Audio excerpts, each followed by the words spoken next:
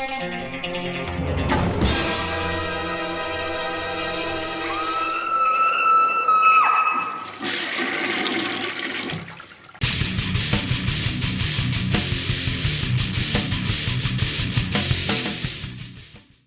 you guys doing? Jammin' John here from Thralls of Metal, bringing you another album review from Screaming Toilet.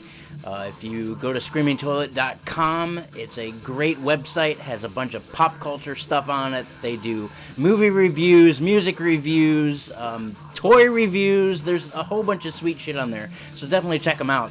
The album I'm reviewing today is Enemynside, not to be confused with Enemynside. The album is Chaos Machine, released in 2019 on Rockshot Records. This would be their first full-length release since 2012. The only other thing that would be most notable for these guys would be an EP they released in 2018 called Dead Nation Army, which also kicks ass. We jammed that while I was making the notes for this current album. Band is from Italy, although they were formed originally in 1994 under the name Scapegoat. From 94 to 99, they stuck with Scapegoat, and then later in 99, they became Enemynside. They've been through a myriad of line changes. The only two original members that remain would be the backing vocal and lead guitarist, Matt Bellezza, and the rhythm guitarist and current vocalist, Francesco Cremonesi. Francisco was also the original vocalist in Scapegoat, so he's been around for the long haul.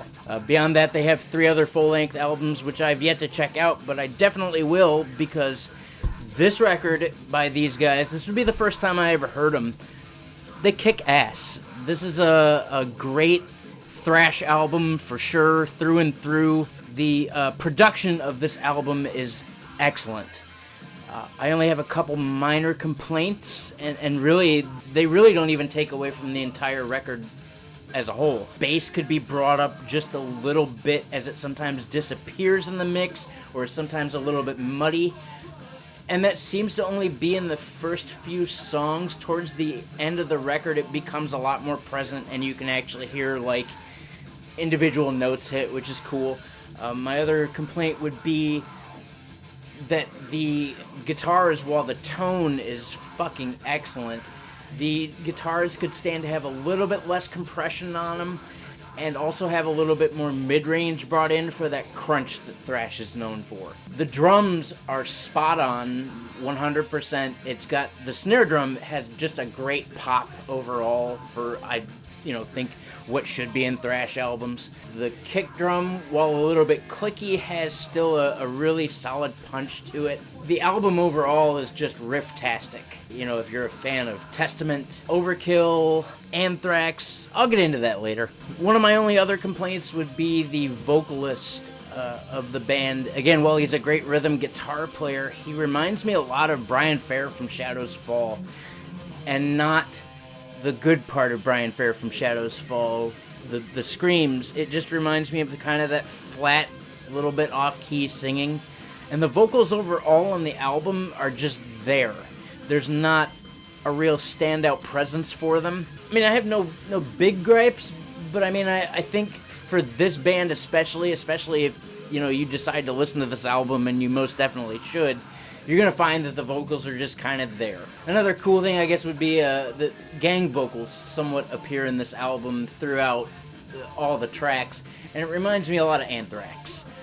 I can just see Scott Ian just belting out words in the background. It reminded me a lot of Anthrax. It brings a cool dynamic to the band. The first 4 tracks of the album have an incredible variance between them.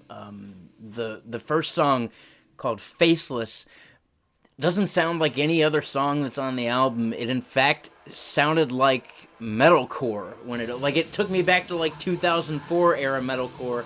Again, reminded of Shadows Fall, Unearth, Killswitch Engage. I thought it was going to be the overall pace of the album. I was like, well, this could be kind of cool. But then the next song that kicks in, called Black Mud, just instantly reminds me of At the Gates. Just the riffs that come in are straight at the gates.